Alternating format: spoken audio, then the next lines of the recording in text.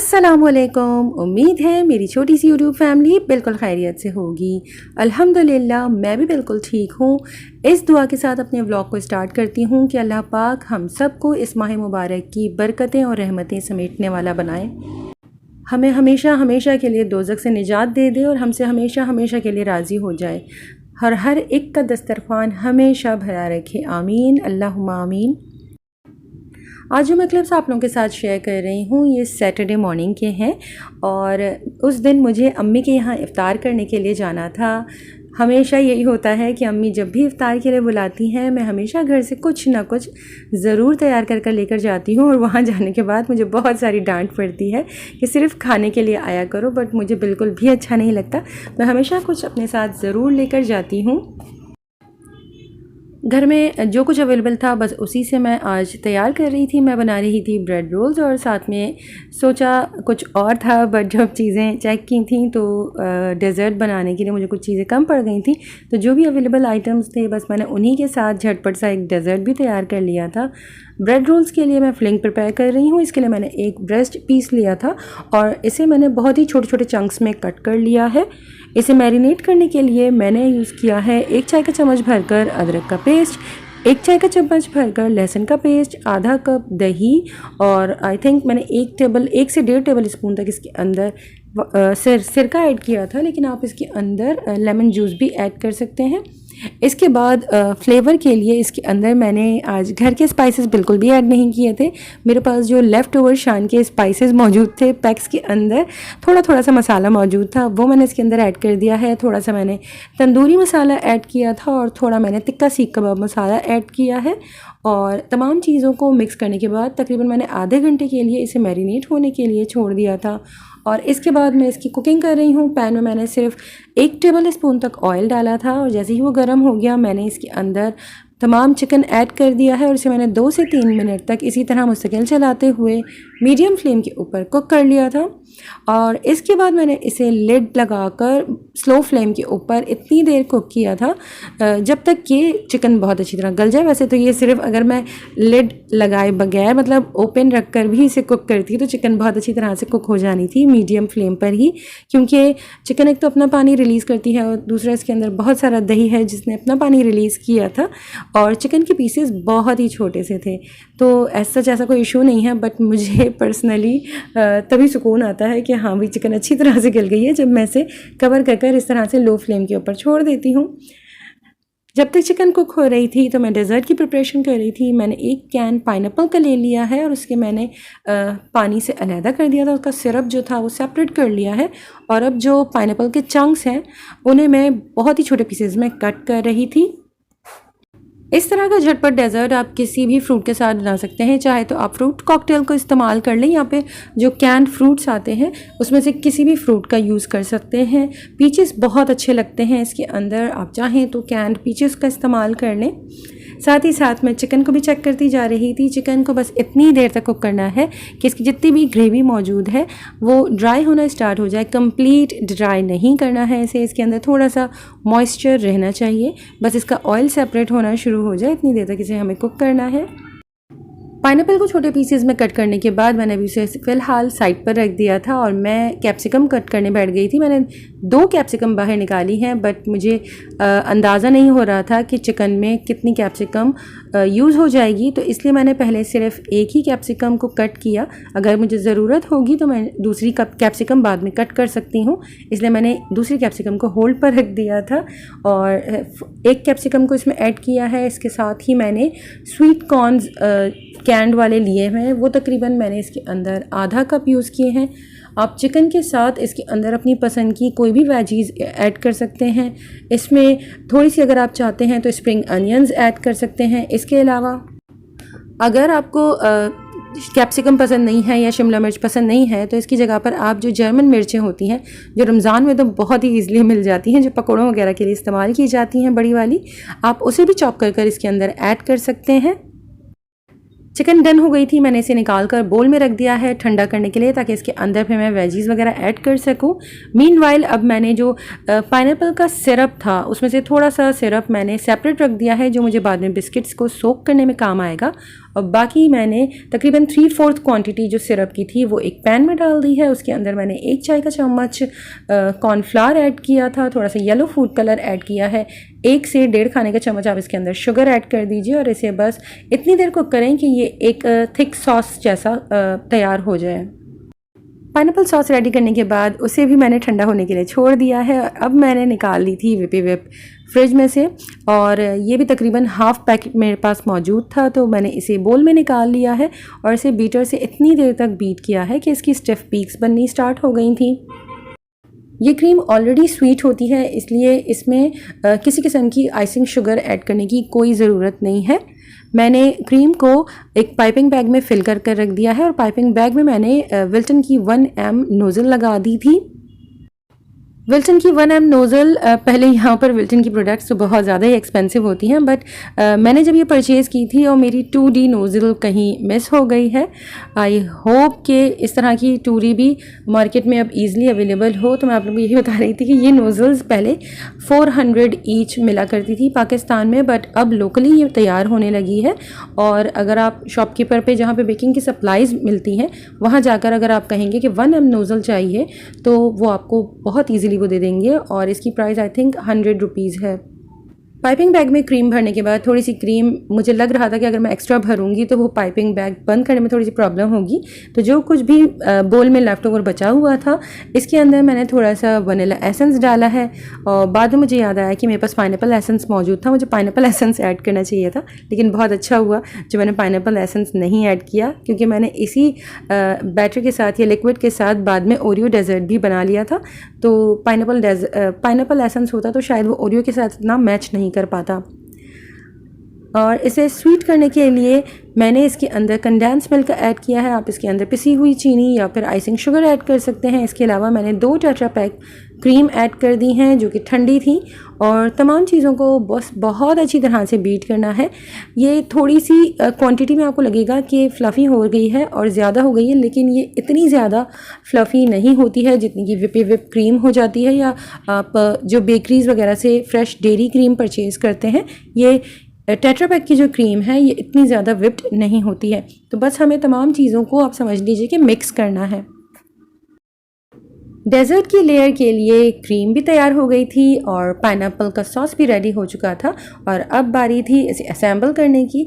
और मुझे क्योंकि ये अम्मी के यहाँ लेकर जाना था तो मैं इसे डिस्पोजेबल बॉक्सेस में तैयार कर रही थी। पहले मैंने सोचा था एक बड़े वाले बॉक्स में ही इसे असेंबल करूँगी, बट अनफॉर्चुनेटली घर पर नहीं है। मैं यूजुअली इस तरह के बॉक्सेस हमेशा घर पर रखती हूँ, क्योंकि कभी नेबरहुड में भी कुछ भिजवाना होता है या कुछ होता है तो मैं हमेशा इन बॉक्सेस का ही यूज़ करती हूँ। इस तरह से बड़ा कन्वीनियंट हो जाता है, आपको ये टेंशन नहीं रहती कि सामने से बर्तन कब वापस आएंगे।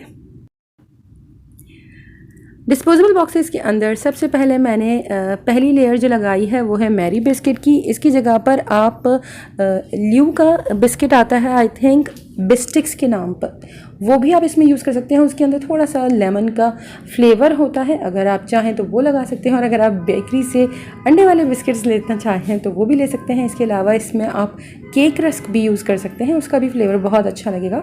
तो फर्स्ट लेयर में आप अपनी पसंद की या अवेलेबल जो भी चीज़ आपके पास है आप वो लगा दीजिए। इसको मैंने सोक करने के लिए जो पाइनएप्पल सिरप मैंने थोड़ा सा बचा कर रखा हुआ था वो डाल दिया था। इसके बाद मैंने क्रीम का जो बैच रेडी करके रखा हुआ है उसकी लेयरिंग कर दी थी, और इसी तरह से मैंने तमाम लेयरिंग्स को रिपीट किया है। मतलब क्रीम के बाद मैंने दोबारा से बिस्किट्स की लेयर लगाई थी, उसे दोबारा से सोक किया था पाइनएप्पल सिरप के साथ, और फिर क्रीम की लेयर लगाने के बाद, और यस मैंने बीच में क्रीम के बाद थोड़ा थोड़ा सा ये पाइनएप्पल का जो सॉस बना कर रखा हुआ है जिसमें पाइनएप्पल का फ्लेवर मौजूद है, तो ये भी मैं ड्रिज़ल करती जा रही थी ताकि सॉस की वजह से डेज़र्ट में बहुत अच्छा सा पाइनएप्पल का अरोमा आ जाता है। और सॉस के साथ ही पाइनएप्पल के चंक्स भी ऐड कर दिए थे। तो अब मैं आप लोगों को प्रॉपर बता देती हूँ। पहले मैंने बिस्किट लगाया, इसके ऊपर मैंने पाइनएप्पल का सिरप जो कि कैन से निकला हुआ था वो ड्रिज़ल किया है थोड़ा थोड़ा, ताकि वो थोड़े से सॉफ्ट हो जाएं। इसके बाद क्रीम ऐड की है, उसके ऊपर पाइनएप्पल का जो मैंने सॉस थिक प्रिपेयर किया हुआ था वो ऐड किया है, जो कि ठंडा हो चुका था, मतलब रूम टेम्परेचर पर आ गया था। थोड़े से पाइनएप्पल के चंक्स ऊपर से डाले हैं और इसी तरह से सेम इन्हीं लेयर्स को दोबारा से रिपीट किया जब तक कि बॉक्स मेरा फिल हो गया। टॉप लेयर पर मैंने सॉस और पाइनएप्पल को ज़रूर ऊपर ऐड किया था, इससे बहुत अच्छा सा कलर ऐड हो गया था। और डिज़ाइन करने के लिए मैंने थोड़ा सा वो जो पाइपिंग बैग में मैंने विपिंग क्रीम विप करके रखी हुई थी, उससे मैंने इसके कॉर्नर्स के ऊपर थोड़े थोड़े से रोजेट पाइप कर दिए थे।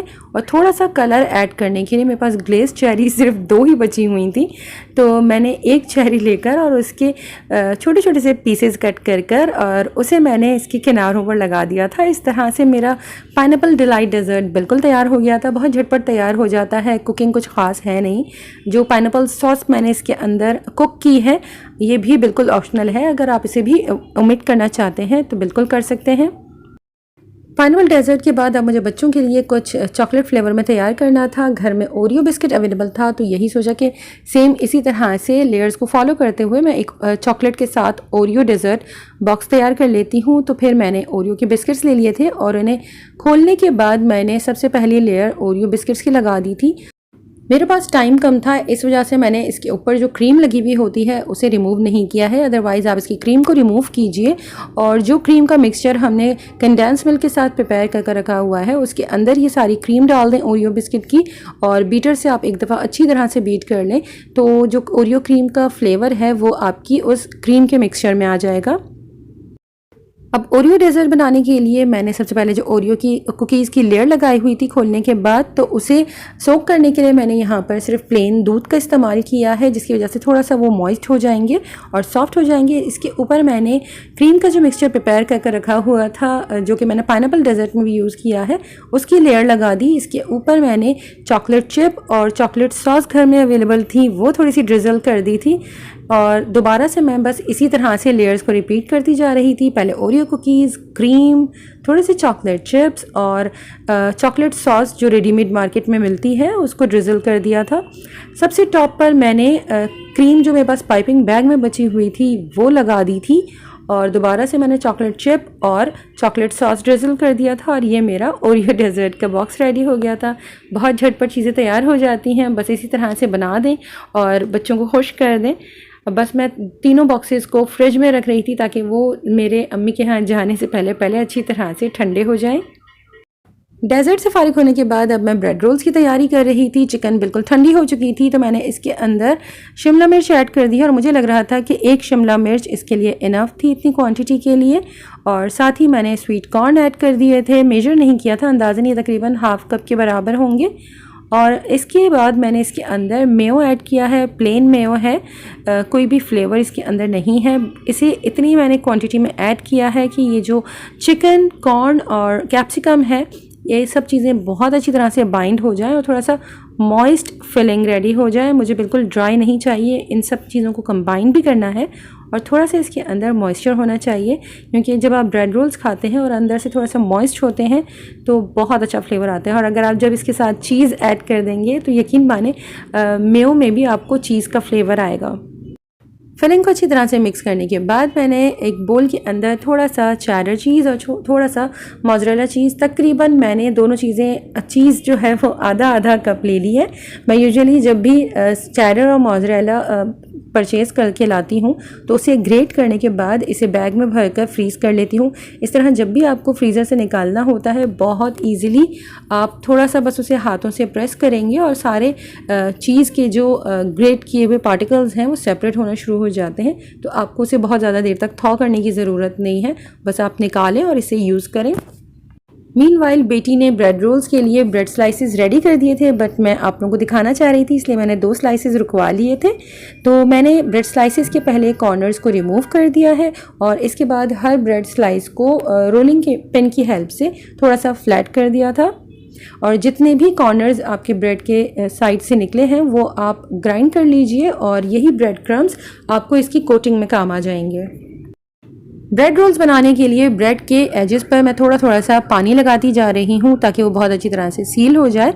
इसके बाद सेंटर में थोड़ा सा चिकन की फिलिंग रखें, ऊपर जो चीज़ का मिक्सचर हमने रेडी करके रखा हुआ है दोनों चीज़ वो रखें। थोड़ा सा ये देसी फ्लेवर्स के साथ होगा, मतलब इसमें ओरिगैनो थाइम वगैरह कुछ भी ऐड करने की ज़रूरत नहीं है, ये थोड़े तिक्का फ्लेवर के साथ होगा। और अगर आप चाहते हैं तो चिकन टिक्का को थोड़ा सा स्मोक भी दे सकते हैं कोयले का।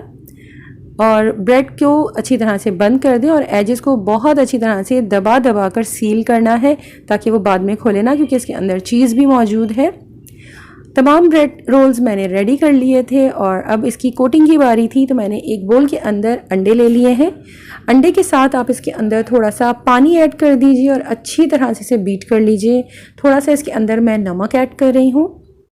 जब भी किसी भी फ्राइड आइटम की कोटिंग के लिए आप अंडे का इस्तेमाल करते हैं उसके अंदर पानी ज़रूर ऐड किया कीजिए। ये टिप मुझे अपनी जो मैं कुकिंग क्लासेस लेती रहती हूँ, अटेंड करती रहती हूँ, वहाँ पर सिखाई गई थी। मुझे इससे फ़ायदा हुआ है, मुझे नहीं मालूम आप लोगों को फ़ायदा होगा या नहीं, लेकिन मैं चाह रही थी कि मैं आप लोगों के साथ भी शेयर कर दूँ। एक अंडे में आप 2 टेबल स्पून तक पानी को ऐड कर दीजिए और इस तरह से जब आप एग की कोटिंग करते हैं अपने फ्राइड आइटम के ऊपर, तो फ्राई होने के बाद जो तेल के अंदर अक्सर ऐसा होता है कि बहुत सारा झाग बनना शुरू हो जाता है, तो वो झाग नहीं बनेगा। अब ब्रेड रोल्स को सबसे पहले मैंने अंडे के अंदर डिप किया है और इसके बाद मैं इसे ब्रेड क्रम्स के साथ बहुत अच्छी तरह से कवर कर रही हूँ और हाथों की मदद से प्रेस करती जा रही हूँ।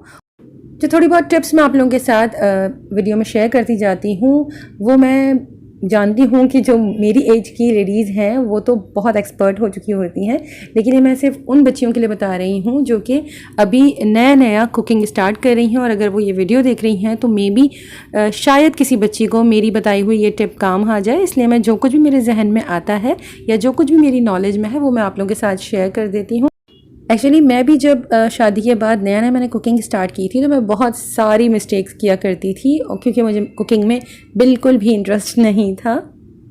अभी बस मैं बच्चियों को यही बताना चाह रही थी कि जब भी इस तरह की कोटिंग करनी हो जिसमें पहले किसी लिक्विड बैटर में डिप करना है और इसके बाद ड्राई मिक्सचर से रोल अप करना है, तो आप दोनों के लिए अलग-अलग हाथ इस्तेमाल करें। मतलब राइट हैंड से अगर आप वेट इंग्रेडिएंट में डिप कर रही हैं तो फिर लेफ़्ट हैंड से आप ड्राई कोटिंग को कवर कीजिएगा, या फिर आप इसके लिए वेट इंग्रेडिएंट्स को कोट करने के लिए आप हमेशा फोक या स्पून का यूज़ कर लें। इस तरह से जब आपके हाथ गीले नहीं होंगे तो आपके पास जो ड्राई क्रम्ब मौजूद है या फ्लावर है, जो भी चीज़ आप कवर कर रही हैं, वो ख़राब नहीं होगा। अल्हम्दुलिल्लाह काम वगैरह से फ़ारिग होने के बाद कुछ देर रेस्ट किया था और इसके बाद अम्मी की तरफ निकल गए थे। पूरी कोशिश थी कि फ्राई करना जब अम्मी स्टार्ट करें उससे पहले मैं पहुंच जाऊं ताकि अम्मी के साथ मैं भी फ्राई स्टार्ट कर सकूं। कराची का मौसम आजकल बहुत गर्म हुआ है, ये बिल्कुल असर का टाइम है, लेकिन यकीन माने इस वक्त भी बाहर निकलकर बहुत गर्मी लग रही थी।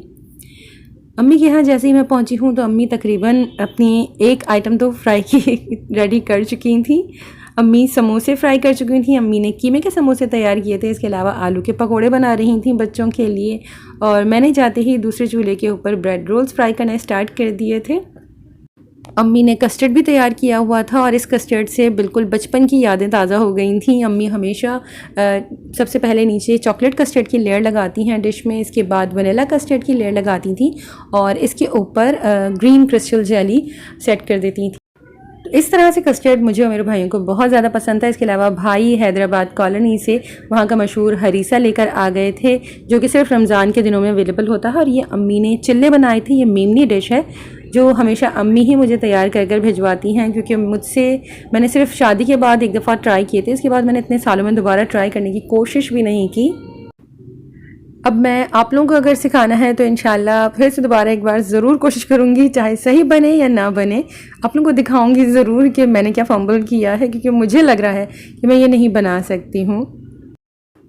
अल्हम्दुलिल्लाह अम्मी के घर बहुत अच्छा वक्त गुजरा और तरावी वगैरह से फ़ारिग होने के बाद जब घर पर आकर टीवी खोला तब मुझे अंदाज़ा हुआ कि पॉलिटिकल कंडीशन कितनी वर्स्ट हो चुकी थी, और यकीन माने बहुत बहुत बहुत ज़्यादा दुख हुआ सारी सिचुएशन को देखने के बाद। और कल मेरा मूड था कि मैं वीडियो अपलोड कर दूंगी, बट मुझे वॉइस ओवर करने का दिल ही नहीं चाह रहा था। ये भी मैं हस्बैंड के साथ कल सुबह कहीं काम से गई हुई थी तो थोड़ी बहुत क्लिप मैंने रिकॉर्ड कर ली थी, लेकिन दिल बहुत ख़राब हुआ है।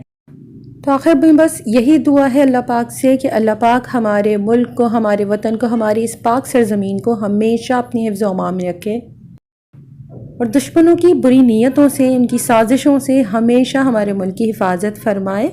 आमीन अल्लाहुम्मा आमीन। पाकिस्तान जिंदाबाद।